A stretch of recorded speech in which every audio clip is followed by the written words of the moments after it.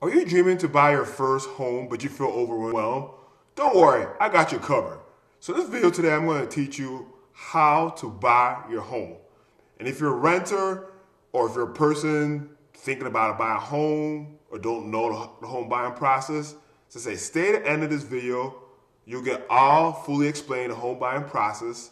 You leave a comment below the video and I'll send you my home buyer guide and teach you how to buy your first home.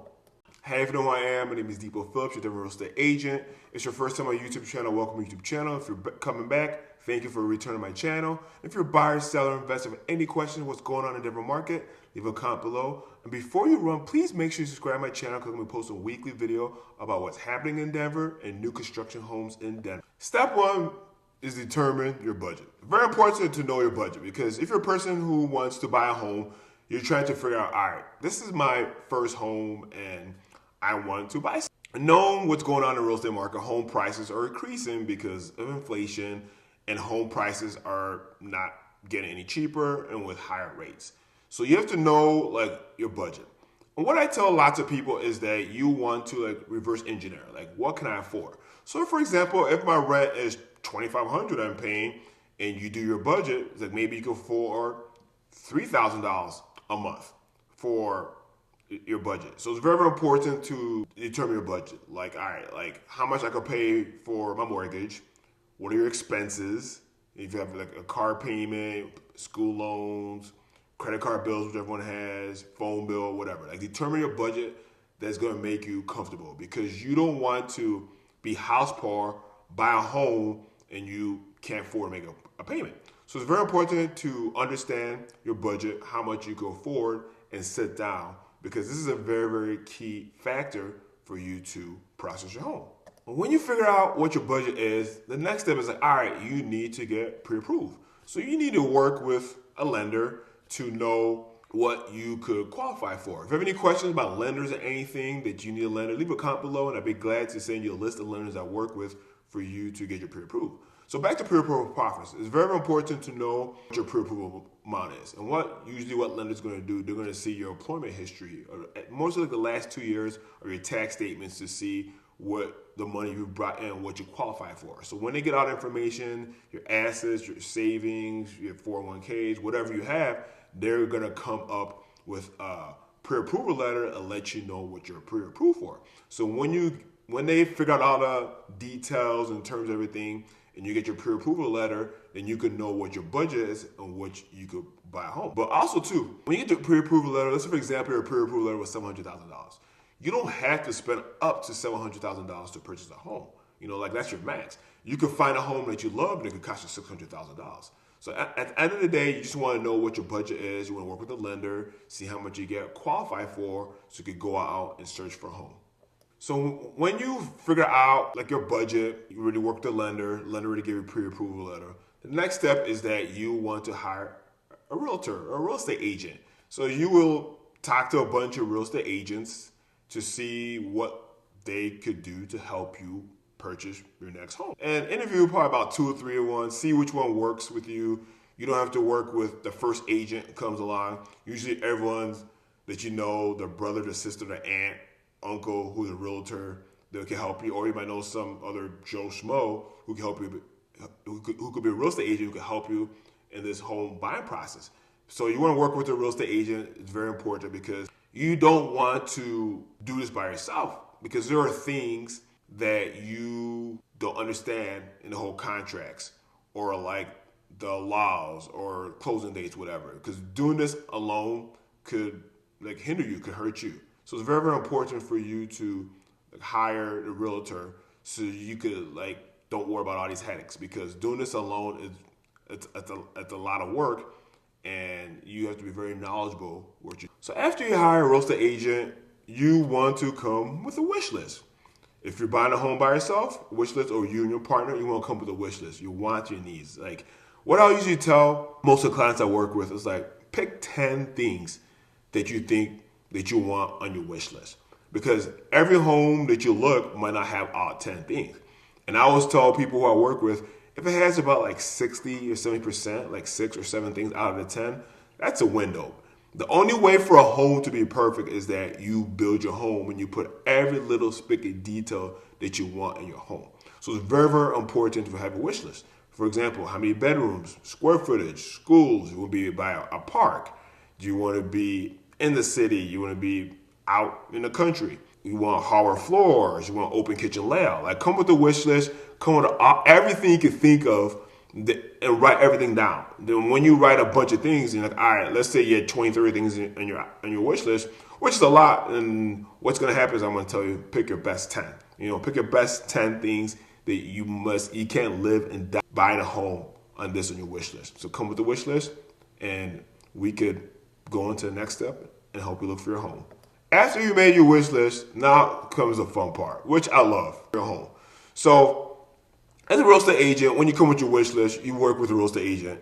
And what the real estate agent, what they are going to do is that they are going to get your wish list, put it into the MLS, and come with the criteria that you want, and send you homes to look at homes that you want to go see. So let's say, for example, you want a 4-bedroom, 2.5 bath, a garage, hardwood floors. They'll put it in the MLS. The criteria will put how many homes on the market, depending on your price range, and send it to you. Then what you do is most of you get emailed of your criteria. Then you swift through and see what homes you want to see in person. And also what I want to tell you is that when you search through homes, don't pick I want to see 15, 20 homes within a day, because that's a lot of homes for you to see, and you're going to forget all the homes you're going to see. So what I usually tell, clients is to see between 5 and 6 homes. So pick your best 5 or 6 homes you want to see today. And if there's some other homes you want to see, if we don't like the 5 or 6 homes, we can see the next day. Pick something very, very minimal so you can kind of know what homes you saw. You can take notes of what you liked about this home, you like the layout, the painting, the trim, the square footage, whatever. So when you do this, and when we get everything all together and stuff, as I said, we'll schedule a showing, and we'll reach out to the listing agent to schedule a showing for you to look at these 5 or 6 homes that you pick. And then by you looking for your home search, looking for these homes, then you can know which homes you want, and you could discuss it, with your partner or by yourself if you want to write an offer and move forward. So it's very, very important to make sure that you have your wish list, and we go out, look at homes, and find homes that fits your criteria. So the next step is that you find a home that you like, and you want to put an offer. So let's say, for example, you find a home and you're excited, all right, this is the home I want to buy. So what will happen is that you will talk to your real estate agent, and your real estate agent will write a purchasing agreement. So usually when they write a purchasing agreement, which they should go over in a buyer consultation, we'll write purchasing agreements, for example, with the price of the home, what things are in the home, to be inclusion, exclusion. But in real estate, anything in real estate is negotiable. So if there's something in the house that you want, you can tell your real estate agent, hey, I want that TV mount. The real estate agent will write in a contract that said that you want the TV mount and negotiate. So when they put an offer together, also too, they're going to have to put your pre-approval letter when you write this offer. Then we'll put this offer together and send it to the listing agent to see if they accept the offer, they counter offer, or they decline the offer. So when you find a home, this is the next step is make an offer, purchase agreement, pre-approval letter, and just send it to the sell side and see if your offer is accepted. So when your offer is accepted, the next step in the home buying process, and it's very, very important as you as a buyer to inspect your home. During the pandemic, what happened was that lots of people were waiving inspection to entertain the seller. And for me as a real estate agent, I always tell home buyers is that the only way that you waive inspection is that if you are very knowledgeable about things in the house that you could fix, or you have a friend in the family who could look at your home and inspect when you purchase a home, And me as an agent advise you never waive home inspection. Also, if you're a first-time home buyer, you don't know what you're getting yourself into buying a home because you never lived in a home before. If you're buying a new construction home, it could be something different because the home is brand new and you don't have to worry about anything being cracked or bad HVAC or leaky roof, whatever. But if you're buying a resale home, it's very, very important to do a home inspection. So when you do a home inspection, as I said, you hire someone who's a licensed inspector. Don't hire someone off the street trying to make a couple bucks. Make sure you hire a licensed inspector because it's very, very important. You want to make sure they check the HVAC, the roof, the plumbing, every little thing. For example, as I said, Colorado is a mountainous state, and 1 out of 4 homes have radon. So make sure you have a radon detector to check. Use a radon detector usually in the basement or lower levels of a home. And if their radon levels are high, then you can talk to the seller to mitigate the risk. Also, make sure you do sewer scope because a lot of homes in the Denver area have old sewer lines. So make sure there's sewer scope because you don't want any surprising thing happening in the future. So it's very, very important to have a home inspection. And home inspection, the price runs between $500 to $1,000 depending on the square footage of your home. If you need a home inspector, as I said, leave a comment below and I'd be glad to refer you some home inspections that I work with. So home inspection is a very important step when you purchase a home because if anything comes up in a home inspection, you can negotiate to the seller to fix it. And when you do home inspection, you only want to focus on the major things. You don't want to nickel and dime little things like, oh, there's a scratch or a loose doorknob. You want to make sure that you cover any major things that needs to be fixed to address this with the seller. So when the home inspection is done and the seller agrees on the repairs you're going to fix and you as a buyer agrees for what the seller agreed on, thumbs up for both sides. Then when that happens, you let your lender know, like, hey, home inspection, everything's good, we agree on. Then that lets the lender know, like, all right, now the next step is for them to order appraisal. So what they're going to do, they're going to come out and they're going to look at the home that you agreed to purchase on because you're under contract. They want to know how much the home is worth. That's what appraisal is, to go out to see what the home is worth, to make sure you're paying money for the home that you're purchasing. So the appraisal guy or girl will go out and they'll see what comps, things have sold around the area, do their magical, and they'll come. And you're hoping you'll get that report. It's like, all right, the home appraised with the value or appraised exceeding the value. So for example, the home is $500,000 that you purchased a home. The appraisal came back $515,000. Like, whoo! I got equity. I got $50,000 over $50,000 of equity for the home I'm going to purchase. Or let's say it was $50,000 short. Like, the home is short. The home is only worth $485,000, but the seller is saying that they want $500,000 a home. So what happens is that you would talk to your buyer's agent, like, hey, the home is only worth $485,000, and you will go to the seller like, hey, the home's worth $500,000, but it's $485,000. What can you do? Two things the seller do. The seller like, all right, cool, it's $485,000. All right, I put my price down to $485,000. Or the seller is like, nah, I'm keeping it $500,000. And what happens is that what you have the difference, which is called the appraisal gap. So the price is $485,000 and $500,000, gap at $15,000. So usually buyers, like, if you want the home, the seller's like, all right, you have to pay the difference to get the home, or the seller could meet you halfway. So that's why it's so important to do appraisal and see what the home is worth while you're under a contract to make sure you're not overpaying for the home if the price of the home is this. But if you have anything over what the home is, then it's a win-win for you. So the next step is that you want to secure financing. You want to make sure that you talk to the lender to lock in the interest rate. Because now, as I said, things are moving in, you're very close to the closing table. So now you want to make sure that your financing is locked. Like if you're doing a conventional loan or you're doing an FHA or VA, you want to make sure that the lender is explaining all the details and make sure you get the best rate that you are paying for whatever money you need to bring for closing costs. So this is stuff that you will work with the lender. The lender will talk to you, make sure things are good. You'll probably double check your employment history, make sure any extra documents that they need to make sure that you get the green light for closing, because it's very, very important for you to make sure that you have everything ironed up before the closing table, because you don't want to be surprised when you get to close, like, oh man, what's going on? We can't close because of this or that. So when you're securing financing, you're locking a rate, you make sure everything's all good to go so you can get close to the closing table.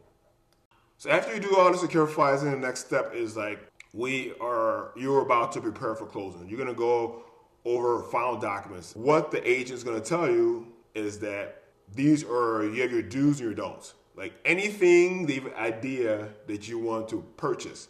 For example, don't open up a line of credit because you're getting excited. You want to go shopping and buy all this furniture or buy a new car. Like anything that you want to do, make sure you address it with your agent and also talk to your lender. Because right now it's all kind of like you dot the I's, you crossing the T's, making sure everything's all good at the closing table.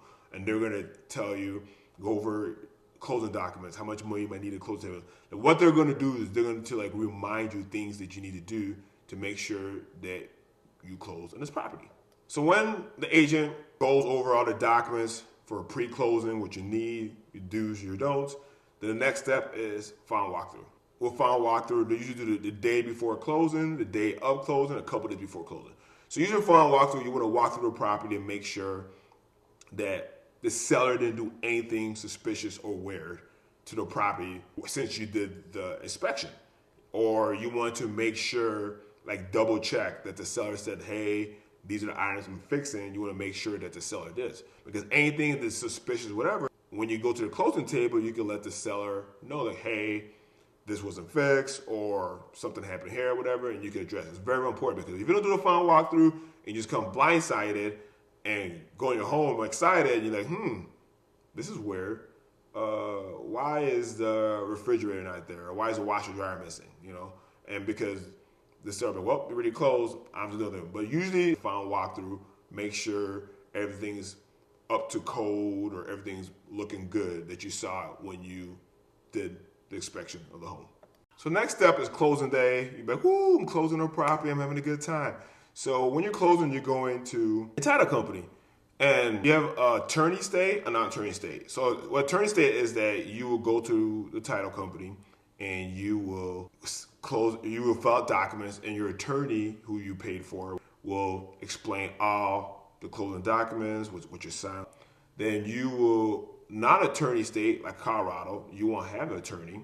You have these escrow agents or officers. What they're going to do is they are going to explain everything at the title company of all the documents that you were signing. Also, too, when you're closing, and if there's some funds that you need to close, make sure you have the funds wired title company the night before or the day before to make sure the funds are there. As I said, you can't write a personal check because they won't allow a personal check. You can have certified funds, but you don't want to deal with a check and lose it, whatever. So the best scenario is to have the funds wired there. So when you get to the closing table, then they'll have the funds for you to close on a property. So after you close on your new property, you're officially a homeowner. Go to your house, you celebrate, you have the moving truck, you move the stuff in, and you have a good time because now you went through the stuff, the headache's over, you have your first home. Also, too, what I like to say is that make sure you come to a housewarming party. If you want to throw a good housewarming party, whatever, as I said, leave a comment below. I'll be glad to host your housewarming party, invite everyone around the neighborhood, your friends and families who have the best party.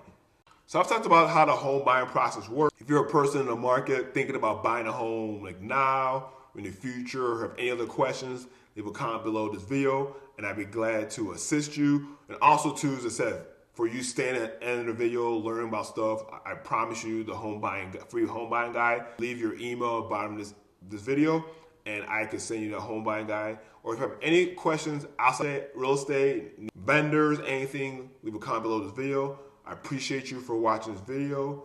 And also, before you run away, make sure you subscribe to my channel. It means a lot to me because I want to post weekly content. I want to educate you. I want to be your realtor for life.